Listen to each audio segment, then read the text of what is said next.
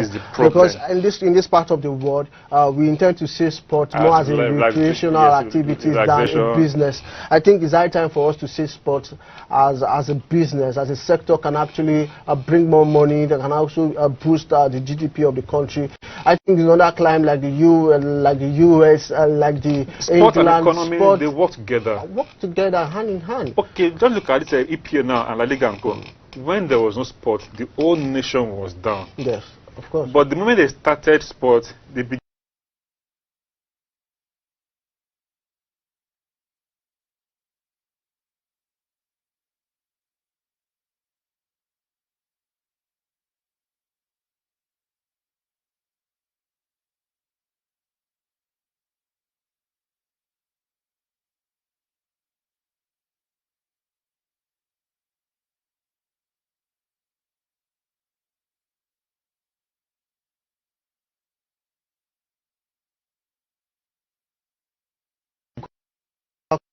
handles football, volleyball, other sports. They get to support them, get to finance them, get to bring their league on the screen. Then we see people and instead of paying that tax that they normally pay, okay, probably they pay 10% tax, okay, pay 5% to the government, and remaining 5% use it to support this.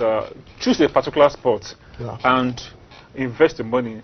In that way, the economy will grow. Okay, people will get to know. Oh, just imagine, let's say, I know that Milo supports basketball. Yeah. Just imagine the money they make from by the shirts they sell. During the competition, at least I've gone for a Milo competition before, and people were buying Milo, Milo drink, Milo clothes, Milo different things. It all merchandise. Yeah. So, in as much as they're sponsoring, they're still making their money back, and they're giving life to the athletes. Yes. They're giving resources to the athletes. So I think it's high time for the government. So that's why I support the move by the current minister, who is on a drive to ensure that we bring in that mentality of having business mind into sports. Yes. It's not just about kicking football or eating rackets or something. There's money in sports. It's just for us just to look inward and see how we can able to generate resources when it comes to sport.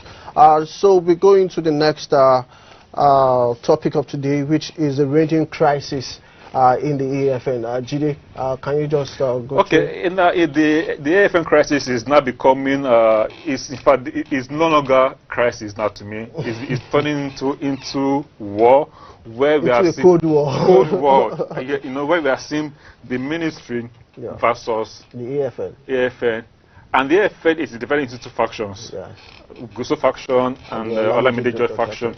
But in recent times now, it's no longer a factional fight; it's not a ministry fight versus the faction fight, where the minister has said, like I said last week, that they came up, they said, no, you are not recognized. The court said, yes, you are recognized.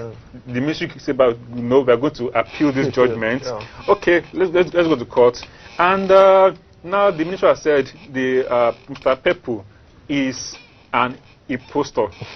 That means that's another twist to the story. Another twist entirely, which was not part of what we need from the onset. So this is another twist to what to the crisis we had on ground, where Olamide George and Guso are saying they're claiming stake. Leadership. On the AFN. Yes, on the AFN. Now they're saying the Secretary General, the Director General, that's Mr. Pepu, is an impostor, that there's nothing called Secretary General in the AFN Constitution. But according to the Constitution, which was amended by the AFN during the Congress in Oka, there was a where they actually changed the role of the Secretary General to that of the Director General, which actually gave birth to the coming of Pepu. But as it is now, the AFN, which was led by Guso, they actually said they submitted their amendment constitution to the Federal Ministry of Sport. And in that constitution, they have actually yanked off the position of the Secretary General, and they have replaced it to the Director. Even to when we want to the WA, that's the World Athletics Federation, their website, it has been changed from the Secretary General to the Director General. I think maybe Sports Ministry have not really sit back to look at the Constitution being amended by the Congress, which they were held in Oka late December. And to add what you just said now, I spoke with Mr. Pepu 2 days ago, and he was talking about this crisis, the being called an impostor and everything. He said he actually gave that the AFN under Guso submitted a new constitution, that's 2017 amended constitution to the ministry, which they did not accept because of the fact that they were backing, or they are backing Olamide Guso's faction. Now, if you can recall in his rejoinder, he said that they gave out this constitution to the AFN, to the ministry, which they rejected or which they did not accept. So it's either the PAMSEC that's talking about Philip Aduda is being ignorant or is being mischievous. Due to the Constitution. Yes, that for them to have said that it's an imposter, that means they did not go to the 2017 amended Constitution. So now it's but as it is now, and I told the man that okay, now this fight now people are fighting, in the long run, it is not going to benefit anybody.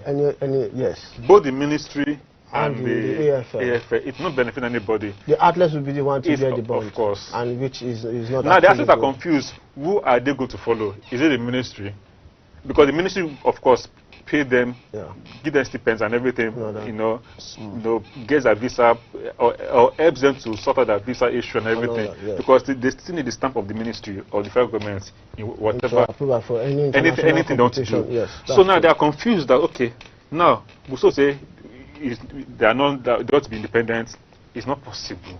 But as it is now, most sporting federation and across the world, they're actually independent. They can actually run on their own. Aguso said they want to be independent so that they can actually run on their own. That if they're independent, they will get more sponsorship, according to what he has said. They have been able to get the Puma deal successfully, which is good for the federation. I feel it's high time for both parties for them to come to a round table, let them mediate and see how they can actually end this crisis, because it is the athletes that are the ones getting to actually suffer, to bear the burn at this point in time. But as it is now, the Olympics is just around the corner. We don't need all this distraction. By now the Olympics will have, I think it will have ended. Yes, by now. Maybe we should be in the Olympics by now. Yeah, enough for the. This is what for the coronavirus. Probably this matter not even come up. Just manage ourselves. Go for Olympics. Probably we fail. Yeah. We'll come back. And again, you agree with me that the Guso-led faction, they just have 1 year in office to stay. I think after a year, the election is next. Yes. Next month. The election was supposed to be this year, but due to the fact that the Olympics is not going to hold this year, so that's why they have to, move it to the next step. But I feel they should just allow. I think the minister has the prerogative to call for elections. If the minister can do that, he can do that. But most often is after the end of the Olympics. That is where now means the COVID-19 crisis has given that leeway to create another way. Yes. Let me just quickly read out the disclaimer on Mr. Pepu by the ministry. They said Mr. Pepu, who is laying a fraudulent claim to be the Director General of AFN, was never seconded to AFN by the ministry as required by law. He has neither worked in any national sporting federation nor seconded as a Secretary General. So now, according to the Sporting Code of Governance 2017, Secretary General of National Sport Federations must be a civil servant and a graduate of physical and health education, sport administration, or its equivalent qualification before he or she can be seconded by the ministry as stated in the code. Now, the question is that, is Mr. Pepu a civil servant?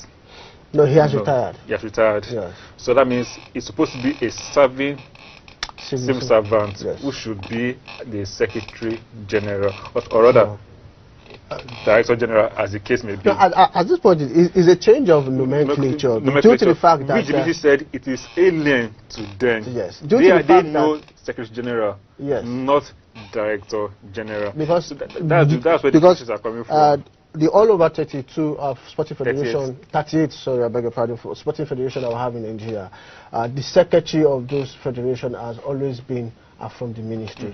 But since when the Gusau-led faction said they are going autonomous, that is what led to the coming of the Director General, which is also obtainable if you check the WA website in other countries. So I think, but that's where the clash is not coming from. That's where the ministry is not accepting the autonomy proposal. That it cannot become autonomous. You still have to remain under us. That is where the problem is right now.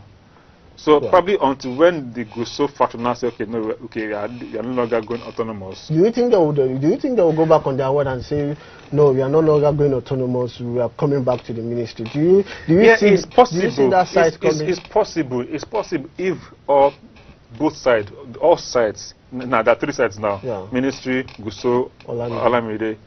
If you the press, 4 sides, because even the press, some are aligned to the ministry, some are aligned to the So if all sides cannot come together and put down whatever ego, whatever agenda that they want to promote, and say, okay, what is the way forward? That's why I say I still like the statement from a Professor Jeme, who is calling for a mediation, because that is the only solution to that's the only solution to this crisis. Well, okay, I agree. Let's allow the job be in charge, or let's be in charge. I'll wait for next year election. Whoever wins, whoever loses. It's just for one. Let's just, it's just like having like a political clash, like South Sudan and Sudan, where one had to become the president and one had to become the prime minister. So they can bring something of that nature. Okay, you can become maybe emeritus president, and you can become president. We really have to do in our sporting sector, because we still have the same case with regards to basketball. Musa Kidai, but thank God, Tijani Mumar, he has stepped back a little bit for now. Yes, at least he has gone back to his private sector work, which has given Tijani, Musa Kida the leeway to do what he has to do with the basketball. So you can see, probably Umar sat down and thought, this is it's useless. He has been there for 8 years and all that. So it's useless just fighting. Let me take care of my family, let me take care of myself. And all that. So now going to the next topic, that's talking about the Super Eagles missing out in the African top 10 most valuable players. That is just incredible. That not a single player. We have Chukwueze, we have Victor Osimhen, we have Wilfred Ndidi, has been and they are not named as Africa's most valuable players. And funny enough, it's not people like Nicolas Pepe, who has not been playing well for Arsenal. That was named one of the 10 MVPs. Okay, I still agree with this Man City guy. Yes, Ryan Mahrez, at least he's a good player. At least, and was consistent for his club. Aubameyang has been doing well. Sadio Mane, Mohamed Salah has been doing well. This guy from Porto, I've forgotten his name right about now, but they have been playing well. Osimhen is hot. Yes, he's one in transfer list to Napoli. And his buyout clause is huge compared to Nicolas Pepe, who has been, I will not call him a complete failure in Arsenal.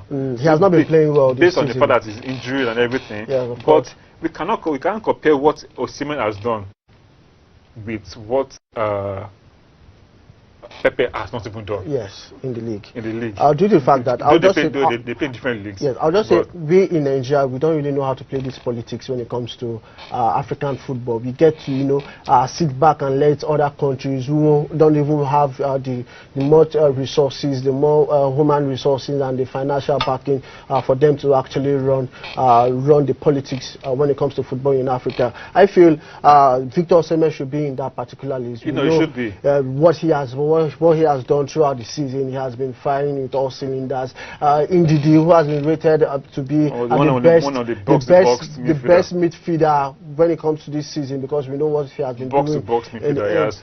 in Leicester City has been playing very well. Reception, his recovery. Even Chukwueze has been playing very well for Villarreal. I watched Chukwueze's one of his goals recently that he dribbled close to about 5 to 6 players, but he missed. He missed the goal. I saw the highlights also. So I feel we need to start even playing the politics when it comes to football, politics in Africa, and again our media, we also need to start hyping our own player, because what the England players get to see them, going to rate them high, because the press get to actually push them out and push them down. So our job also as the media, we need to start showcasing our player and start rating them high. But the players that to do well for us, for them to be hyped. Of course, definitely we have some couple of players who are actually doing well in their various league this season.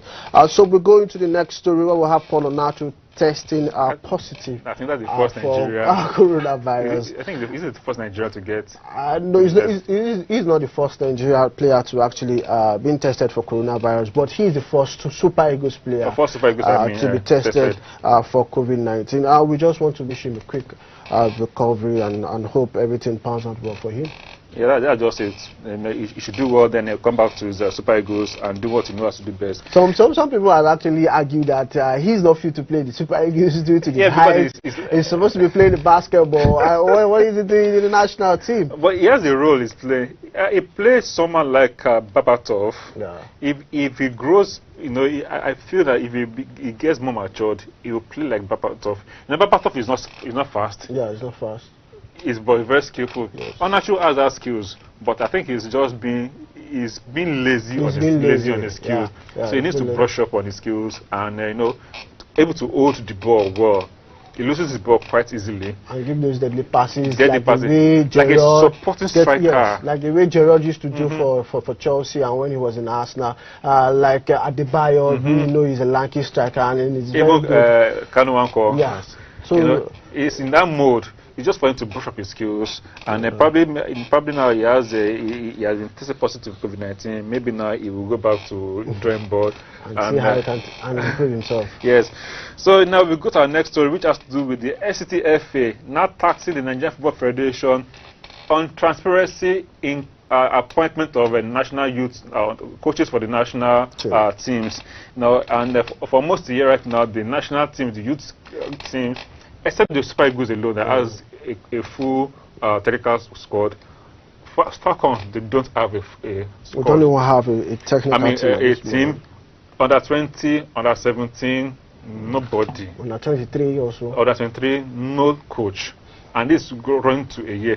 Look at Super Falcons now, they maybe left last year.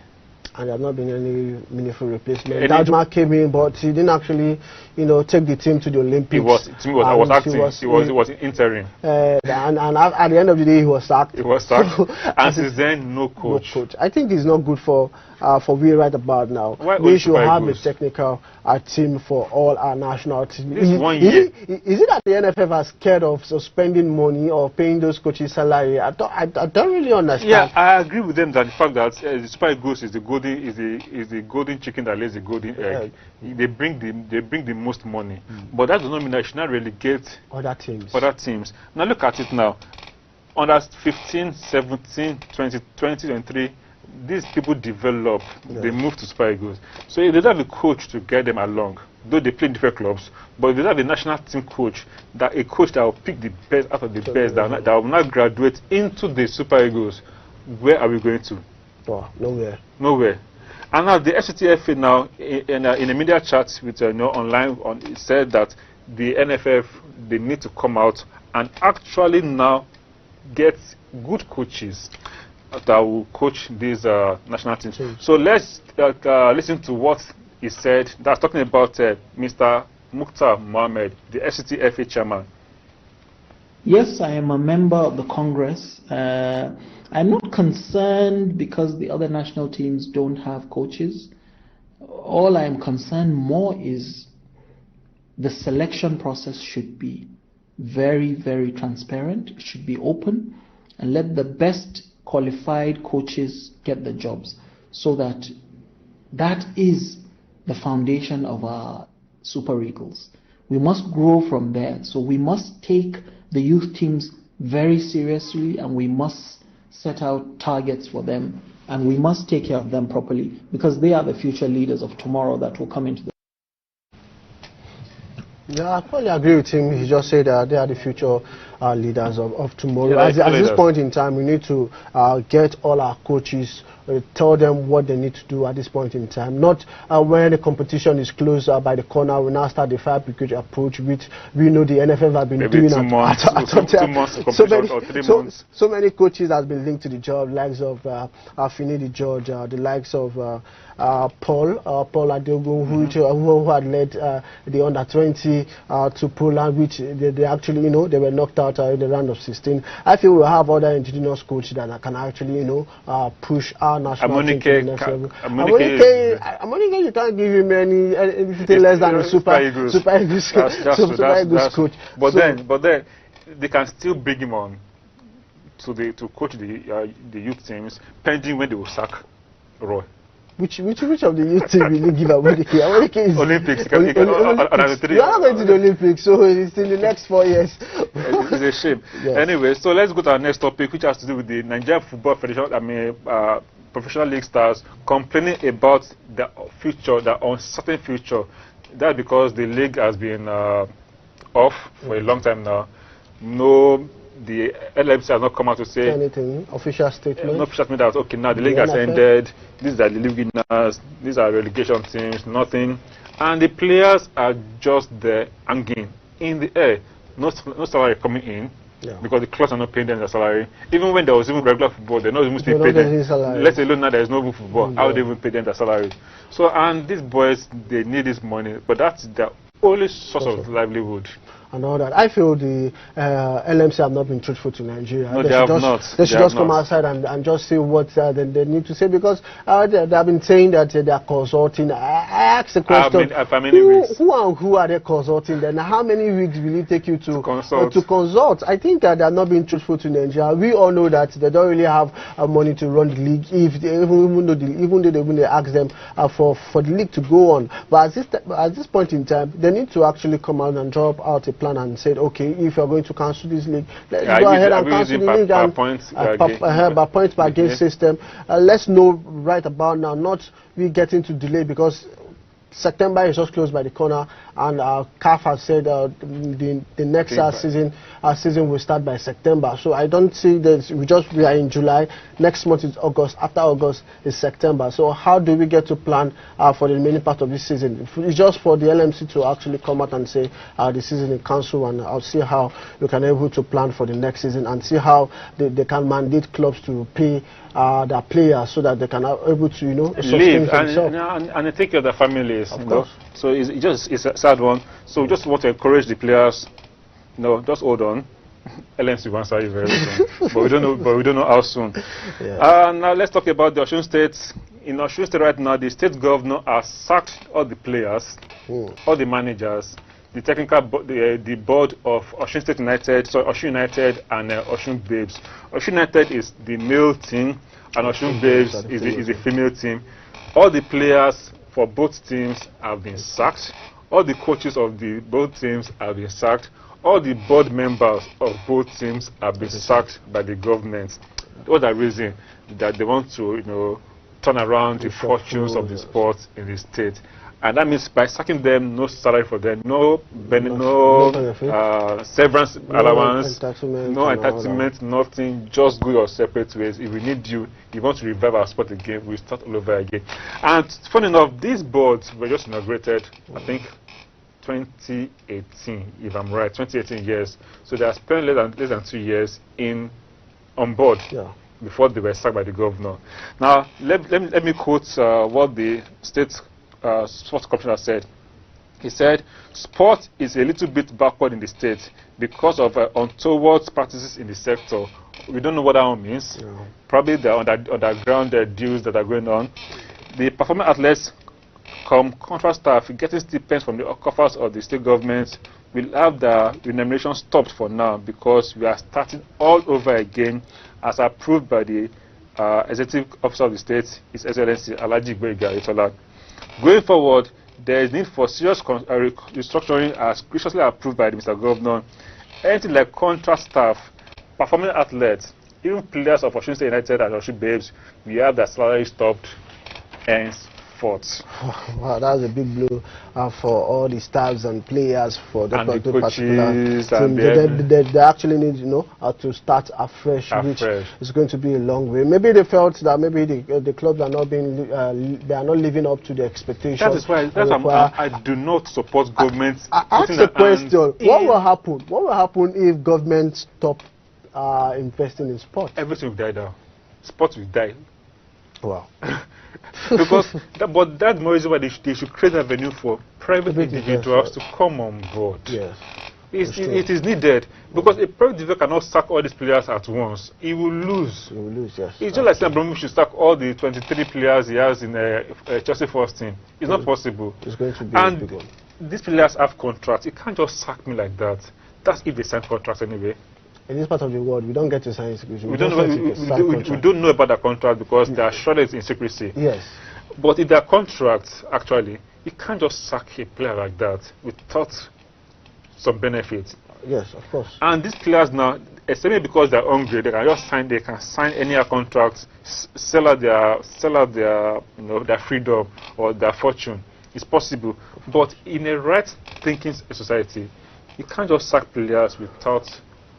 When they're still under contract, that is breach of law.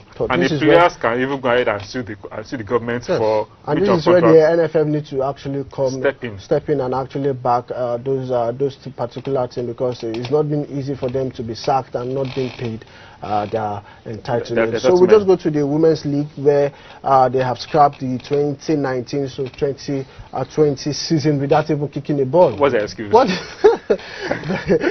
they played how many games? About 5 games or so. Out of a potential 25 games or so that's supposed to play. And again, and this particular league was supposed to produce the teams that will represent the country in the CAF Women Champions League and Confederation Cup. I think it's actually a big blow. And this is where we probably get players for the Super Falcons. But most of the current Super Falcons players now, they've started migrating to European clubs. Yes, of course. They're leaving River Angels. Most of them are leaving River. A bulk of the players are from River Angels, yes, and they are leaving gradually to other European clubs because they know that they have any future in Nigeria. It's a good one for the players, but it's actually not a good one for the league itself, because we need to groom good players which they can able to represent Nigeria in international competition. At this point in time, I feel Aisha Folade and her team need to come to a round table and chart a fresh way forward for to actually develop our women's league in the country. Okay, now because of time, let's talk about the European football results that I played during this week. Now, Juventus versus AC Milan. That was Ronaldo versus Zlatan Ibrahimovic. Juventus were leading 2-0. What happened? In the space of 20 minutes, they considered 4 solid goals.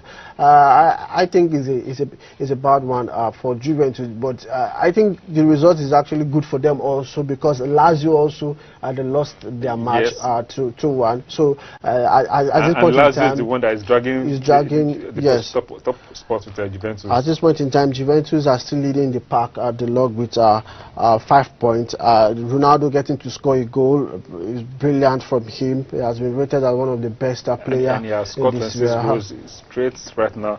That's the highlight from the highlight on the screen for the AC Milan particular match. Man, it was a very, very strange match, and nobody expected Juventus to lose by 4 goals. By 4, yes. Ronaldo was an island on his own. Yes. And he is their top player. He's the guy that has given them the goals, that has been keeping them. Even though Juventus have been winning games, leagues before he came, but the Ronaldo factors has always been there supporting the team, and we see the likes of Zlatan Ibrahimovic at 38. This year he will be 39. He's not he's still firing with all cylinders, getting a good goal in that particular match. I think from the penalty spot. I think it's a good one for him. Juventus are in 75 points. They have played 31 matches, followed by Lazio, who have 68 points. They have played 31 matches. Also, Atlanta also, they have been winning 9 matches now in this league. They have 66 points. Inter Milan also in 4th position in the Champions League spot, if they can able to hold their own, in 64 points. That is what has been happening. And Man City yesterday, I think they're very, very angry. Yes, they were ruthless. After they lost to Southampton 1-0, they came back and put in 5 past Newcastle. I think that was a massive beating.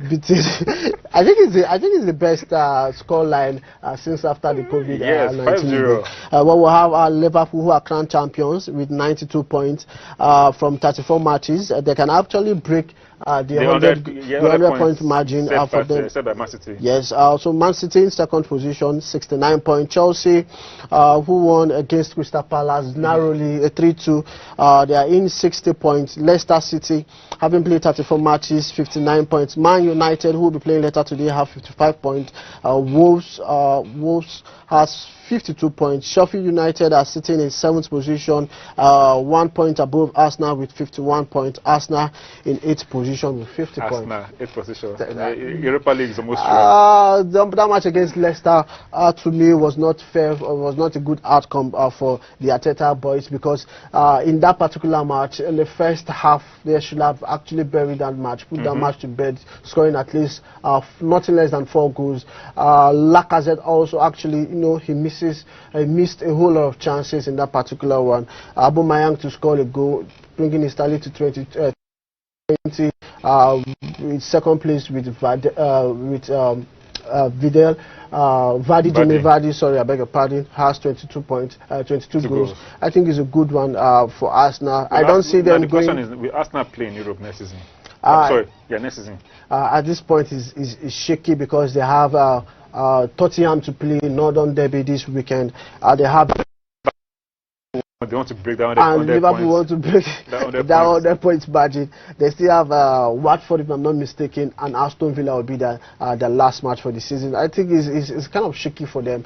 Out of possible 12 points from 4 games, I feel they can be able to gather, let's say, 7 points out of those possible 12 matches, and bringing that to 57 points. I don't think it can take them to the Champions League. As an Arsenal fan, I wish all the best. As you guys, as you probably prepare to watch only weekend matches, not.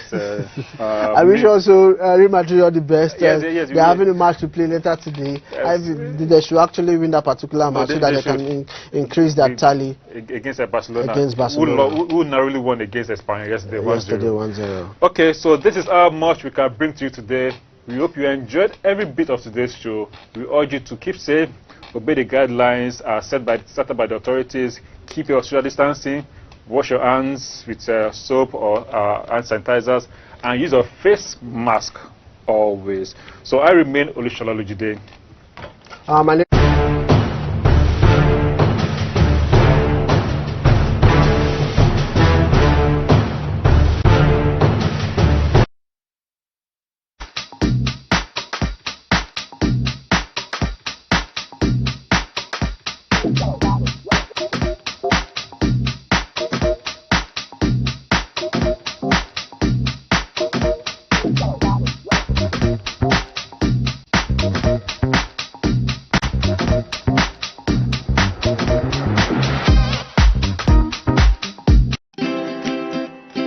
Introducing a new way to watch ACNN 24 hours on your mobile device. Download the VM Africa app for Android from Google Play Store and then install. Open. Click on ACNNTV to be up to date with our news and other programs. Also available on the Apple App Store. ACNN, reaching the world with the undiluted Word of God.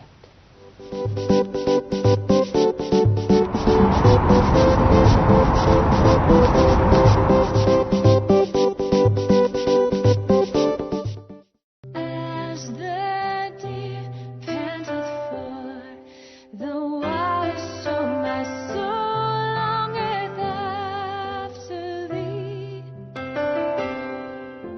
You alone are my heart's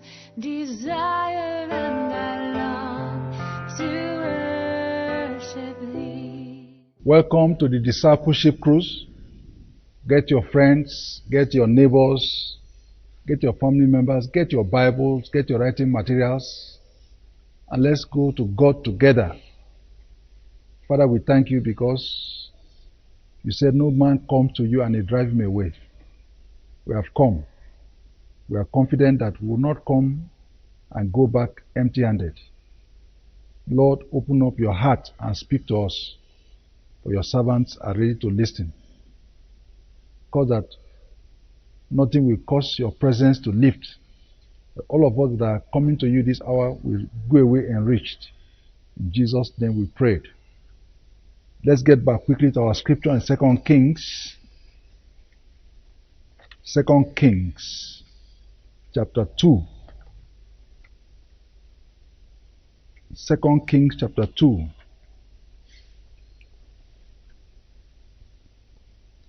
The second part